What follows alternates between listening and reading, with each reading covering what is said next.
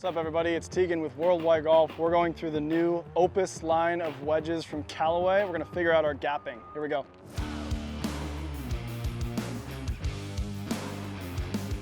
All right, Garrett, walk us through this. Okay, so we know that you're using a 60 degree, a 55 degree, and a 50, and most of the time when we get a tour player here, they kind of know what lofts are working for them and the reasons why they have those lofts, and oftentimes it is for the distance gaps that they produce with those lofts. Yeah. Generally, like 3 ways that I'll see players request certain lofts. One of them is like, what lofts do I need to maintain the distance gap that I have between my 9-iron and my pitching wedge to another wedge, that wedge to another wedge. You just do that a few times, and most players somewhere around 15, 18 yards. Higher speed players, maybe they're more like 20-yard gaps. So you got to figure out what lofts do that for you. Yeah. And players that draw the ball or like to hit their wedges hard, maybe they need higher loft wedges to hit the right gaps. Yeah. Players that don't hit their wedges very hard or fade the ball, oftentimes they need the stronger lofted wedges to produce gaps. Right. That's a super common way to pick lofts. And if you end up needing a 56 or a 50 or a whatever the loft is, you have to live with what those lofts are for how you utilize your wedges around the greens. Right, yeah, exactly. That's the other thing, like the tough shots. So I'm just full swinging this or like 3/4 swinging it? Well, we don't see a ton of guys at your speed always taking a full rip with the True. 60 because you got so much spin, and Yeah. oftentimes it just feels like it overspins. Yeah. So I'm you looking kind of at have about to a decide 95 what yard. you like doing with the 60. Yeah. And if it's even important to hit full shots with it. Full shots are not going to be as important. I do like to hit like a semi-full shot about 95 yards with this. Okay, I think let's just make kind sure of a it stock. kind of hits that window. Yeah, like a free throw number. But most of the time, yeah, my 60 is utilized for around the greens. That's where it's most important to me. I would say rather than distance gap, for the better player that hits a lot of these like half shots with their 60, you want to make sure you've got a grind that's hitting the turf the way you want it. Yeah. Not digging too much, not ricocheting or bouncing into the ball too much or Yeah. skidding into the ball. And we've got a W here with 12 degrees of bounce. Yeah, so our new W, we've had a W which stands for wide sole. That's always been a fairly high bounce with a lot of width Yeah. grind for us, and we've continued over the years to try and make the W have a little broader appeal to players that want some more versatility in a wedge. Right. So we've moved the high point on the sole closer to the leading edge, and the trailing edge falls off greater than our W grinds have in the past. It still kind of provides the player that needs a lot of bounce and somewhat forgiving sole Yeah. that benefit, but it's more versatile than we've had in the past. Right. It's not really, I don't really want to swing much harder with a wedge like this, so I like that. That's comfortable. I also like how it sits on the ground.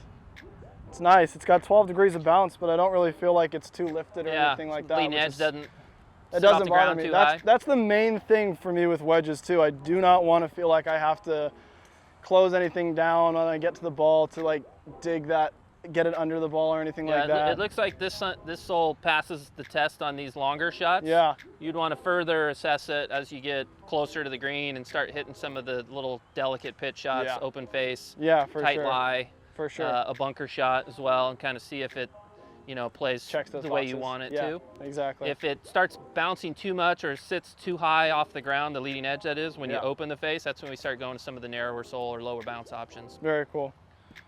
One more of these with this guy. So you've certainly got the ability to hit a lob wedge much farther than 90, but that's Yeah. kind of what you're getting out of the type of swing you want to hit with your 60. Yeah. So you got a pretty automatic 90-yard shot. Your pitching wedge, you hit that about 145, 50? Yeah. Okay. So I usually like thinking in terms of gapping, how far someone hits a pitching wedge and how far they hit their lob wedge with the amount of speed they're comfortable swinging their lob wedge. In your Yeah. case, it's like 145 and 90. Yeah. So I look at those as like the bookends of the wedge gapping situation. Right. We got a 50 degree here. Is that what we were going into? That's the 50. That's Okay. the loft of your current gap wedge. I want to see how far you're able to fly that, and we'll kind of keep the 145 to 50 yardage in mind for gapping off of the pitching wedge. Do you dial the wedge speed back a lot because of how much you're likely to spin the ball if you go at it? Sometimes I feel like I'm swinging in slow motion for my wedges. That's a nice low launching, high spinning, little flighted gap wedge coming off right there. Yeah, that's great. It's going between 125 and 130. That one was a little shorter with a little more spin. Right. So you got about 20 yards between a pitching wedge and a gap wedge if you kept your going pitching down wedge the the line. same and Yeah. then went with this new 50-degree. Yeah, with how fast I swing it, that's just about what That I'm sounds at. about right, yeah. 'Cause you can always take the pitching wedge. Basically, you don't want a whole lot more than 20. No, yeah, that's Then it just starts to get harder to take 15 yards off of a Yes. stock shot than only 10. yeah. And 20 yards makes a lot of sense at how hard you hit everything. For someone that hits their pitching wedge 115, they're probably not going to be 20 yards if they have 4 wedges in their bag between all their wedge gaps. So Yeah. just in general, as people hit it farther, their gaps, you know, if everyone still has the same number of clubs in their bag, the gaps are bigger for the higher speed players. I would take a 54 or a 56 and match it to the loft you're playing, but for testing's sake, let's hit either a 54 or a 56 and see what you get. Yeah, go 56. One of the other finish options there. Oh, nice.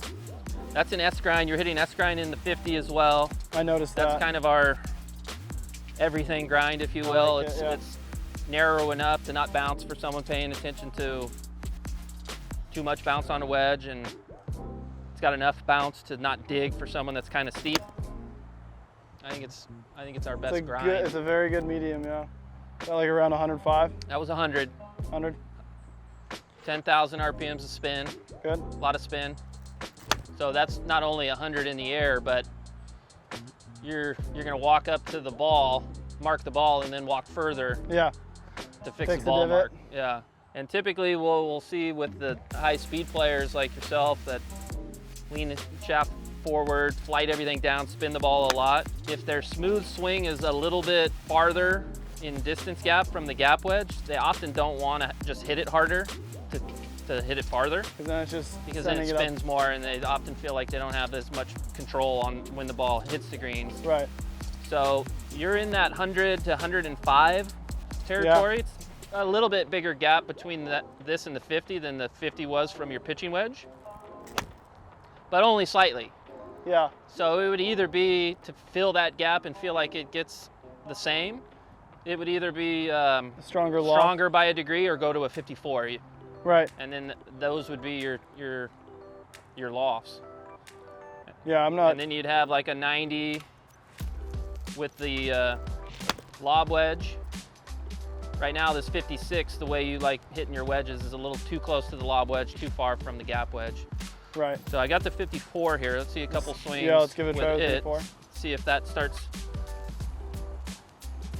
I mean, it putting makes your sense. gaps more even. Yeah, it makes sense too, because like when I have a 16 in my hand, sometimes I feel like I got to give it a little extra just because of how much loft there is on it. And if I can really hitting it into the greens, the 55, 54-ish and the 50 are what I'm trying to use. Yeah. The 60 is a little more of like a 60 yards and in kind of shot for me.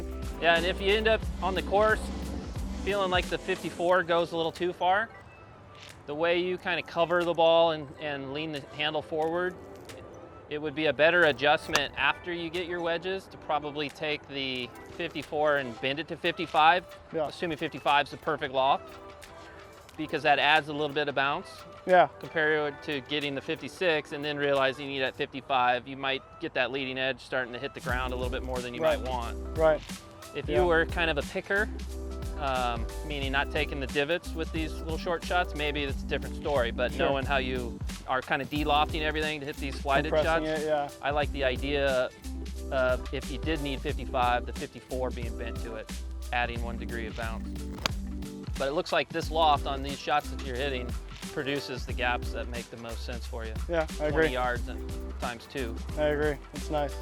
So one of the harder things for me is picking a grind option that works for something like a 50, 55 yard shot. Yep. Because if like somebody who swings it a lot faster, it's just a hard distance for us to hit, hard distance for me to hit, trying to be delicate with it. So trying to feel that sole and the wider sole for those shots are really Didn't important feel to me. the best to you? I would say so, yeah. So what kind of options do we have with the lineup? We've got a wide sole. It's a little bit more bounce than the grind that you're currently playing. So Okay. I wanted you to hit on this tee box here at our range because it's our tightest lie, and that's the type of lie that's going to expose the grind being good or not good probably the most. Yeah. You get on a nice fluffy lie, the ones that have a lot of bounce maybe don't over bounce, and sometimes the ones that don't have enough bounce don't over dig. So tight lie is a good spot to go if you can get on one for testing's sake. And so you want to make sure on these delicate shots it's not over bouncing, because this is going to be our highest bounce grind for you. Exactly. And we get plenty of pros that like the feeling of the club sort of skidding across the turf rather than digging into the turf. The W grind's probably going to be the best at giving you that sensation. Okay, so we're probably starting in a pretty good spot here. So playing that shot with a relatively square face, if anything, maybe even a little bit closed, that would be a grind that kind of should go through the turf in a pretty good way, pretty good feel for those shots. If we see someone hit a 40, 50 yard shot and it's almost like they're trying to hit a miniature fade, face open, cutting across it, the wide sole to W grind's usually the one that they feel like overly bounces. Right, yeah, that makes sense. That's not too bad. I like the feel of that. Hit one or two to this little pin off to the left here. Just over the bunker? Just right here on the putting green. Okay. The farthest left one here, just on the edge of the green.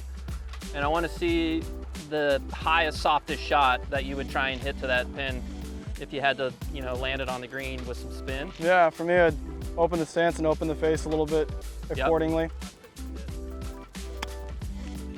So those are the ones that you typically pitch a little bit more loft onto the club, not as much forward shaft lean because you're trying to hit it a little higher. So if we were to work backwards and say, how do we make that shot better without making any of the other shots that this club's good for worse, then you start going to some of these other grind options. So the thing that I would try as a comparison that would, in my mind, make the longer shots feel fairly similar and those lower 50-yard shots feel similar, potentially easier on that semi-flop, is an S grind. So it's a decent amount of bounce on the S grind, a little bit more than our previous line of wedges had on it, but not as wide as that W grind. So the open face shot might be where it differentiates itself from the W.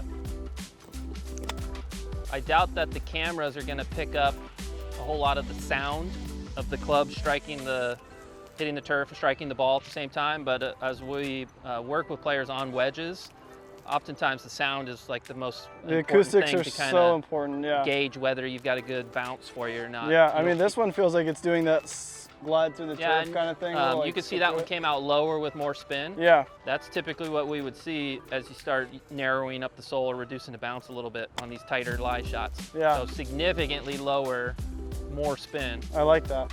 So that would be a grind that, without going to like the crazy low bounce options that are available, makes this shot easier. So I don't know how critical trying to improve this shot is. Yeah, I mean, this is obviously but a shot. Definitely coming off softer, spinnier, better with an open face off of a tight lie. And that's something that all the tour pros on the PGA Tour tend to want to satisfy, because they are always on tight lies. Well, yeah. I think you could stop at the S grind and have a slight improvement for these soft pitch shots. Let's go more. Let's see what happens. What do we got? If you were going to go to the extreme other end of playing with the face open, getting under the ball off the tight lies, you got our new grind called the T grind. So it's our narrowest sole. We've had this grind in the prototype phase for quite a while. John Rahm's been playing it for a long time. Some of our other tour players have already been using the prototype on tour. But the trailing edge really falls off, and that's the spot on the grind, if you will, that's going to allow the leading edge to continue to go down through impact when the face is open. Yeah. It's once you start putting more material on that trailing edge that the club starts bouncing or kicking up while the ball's on the face. Oh, that's so you should be able to hit the spinniest open face shot. That's nice. Yeah. And for everyone watching this, that shot is flying about 15 to 18 yards, spinning back on a firm green right now. Yeah, for this is where you start to consider, like, do I want to switch it up and like play this kind of a club as a 60 degree and use it only for these kind of shots and only for these little dainty ones along the green, and then play something different for my like approach shots. Like primarily just stick to a 54 degree for everything into the green outside of 50 yards. You know? And if you felt like that 54 that gapped off the 50 really good, starts to make those shots that you used to hit from 70 or 80 with your 60 harder to hit, then that's where maybe you start thinking like 56 is now a proper gap because it makes that shot easier to hit. So there's a lot of different routes you can go with how you want to configure things other times in the year. Yeah, so with the W grind, that shot's not as available to hit it that high, that soft, that much spin. Yeah. I have to be able to look down at a club and feel like I trust it, and having that T grind have that fall off like you're talking about allows me to open up that face way, way wide and just kind of get right underneath it, which is, I mean, to me, that's really important for, I've got shots, I short side myself a lot, so I've got shots like this all the time. Yeah, if you are short sighted and you want to be able to spin it off tight lies, that's the grind. It's definitely not a grind for all golfers, that the sole's very narrow, so anyone that's not opening the face very often, or anyone that is a little susceptible to chunking the ball, that's the grind that's gonna make them feel a little tentative. The W grind would, you know, skip into the ball and be better, but for any kind of advanced player that opens the face or is really good around the greens on tight lies, that's gonna be a grind that they should definitely try. Love it. The T. Cool. Very nice. So you got options basically. S grind, play the same setup that you want. T grind potentially changes what you do with the middle wedge by a couple of degrees. I think I would probably play a 2-bag setup, right? So you get a 60 degree like this with the T grind for courses like the Open or really firm conditions, or somewhere where I might need a shot that's high and soft and I can open up the face and just trust it. And you go there, and then I'd probably keep, and then go a 56 degree. Yeah, you could. And then go, you know, 50 or whatever it is for the gap wedge and make those to the approach clubs. And then the other setup would be doing a 60, 55, 50 like I have, but consistent throughout. Maybe something with an S grind that's really versatile, right? Yeah, that's great. But then for that second set that we were talking about, where I'd like to be able to hit those shots into the green, obviously you saw I do like to flight kind of my longer shots into the green with those wedges. Is there kind of like a good available option for that? Yeah, we're gonna have a sort of a second version of the Opus line of wedges that's mostly in the sand and lob wedges, called Opus Platinum. Oh, sweet. So it's kind of unique from the sense that we've metal injection molded, or MIM for short, a tungsten bar into the top line of the irons. So the center of gravity gets raised up a little bit higher, and the idea there, when the center of gravity is higher, is that the head's going to deflect down at impact and thus launch the ball lower. So you do a pretty good job of flighting the 60 down, but for anyone really trying to maximize that or do it more than they might already be doing, this is going to be a really great option to try and see if they can flight the ball down a little bit more. Okay, cool. And this is an S grind? That's an S grind. It comes in S and a Z, which is a kind of a wide sole, low bounce option as well. So there's not as many grind and loft options in this one. Oh, I like that flight there. That window is nice for trying to hit like a fuller 60. Spinning back on the fairway there. That was nice. I felt a little breeze come up, and I wanted to see how that felt off of a breeze, and it didn't go higher into the air that I wanted it to. How far did that carry? Like 80 something? 90. Right on the number. Perfect. That's great. That's what I'm looking for these shots. Pretty flat launch angle. 28 degree launch angle there. That's good. One before that was 27. I got a little bit higher up in the air, but it didn't overspin.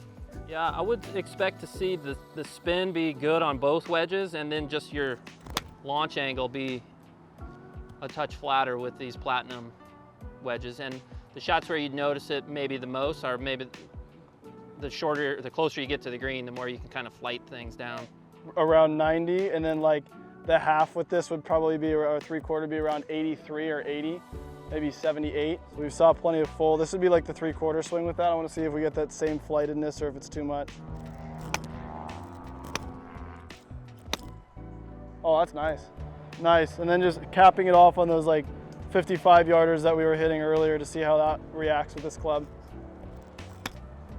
This one there. But it's so nice. It like comes off so nice. This S grind is it feels very nice for hitting shots into a green, I feel like. Yeah, regardless of if you go platinum or I guess we would call it standard Opus, the S grind should play pretty nice for your longer shots that you hit with your lob wedge. And potentially better than the W on that short shot. If you really wanted the tight lie open face spinner, that's the T grind. A lot of versatility with this guy. The S grind, I think, is the best all-around grind, to where it's not going to dig someone steep. Yeah. Open the face like you just did off of a pretty tight lie. It's going to play good out of the bunkers with the width and bounce that's on there. Yeah, that's super important. It's going to be something that a lot of players pick up and just think hits the shots that they're trying to hit nicely. Awesome. All right, everybody, we did a lot of good work out here today. Garrett, kind of take us through what we have settled on here. Yeah, so just in terms of the loft, you're in a pretty good spot gapping-wise with a 4-wedge setup, which is almost what we see everybody doing. After your pitching wedge, you got a 50.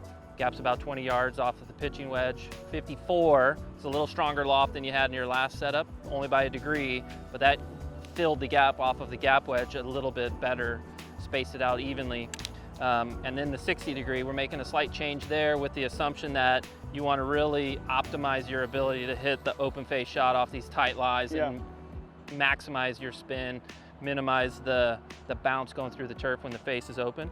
And then you're potentially, and it's not out of the realm of possibilities for a player at your level, going to have more than one lob wedge. And as you travel around and play in all these different course setups and tournaments, and they set the course up with tight lies, you might want that T grind, play with the face open. If it's soft and you're not hitting as many open face shots, the S grind is a little bit better than that W grind, because that one at least gave you a little bit more versatility with the face open and played really good when the face was square. Yeah, and the Platinum as well, when we were looking at that, doing a full setup with that. Yeah, the Platinum's kind of cool. I'll probably see the majority of players that like the idea of the Platinum use it on their highest loft wedges. In your case would be the 60 degree. Right.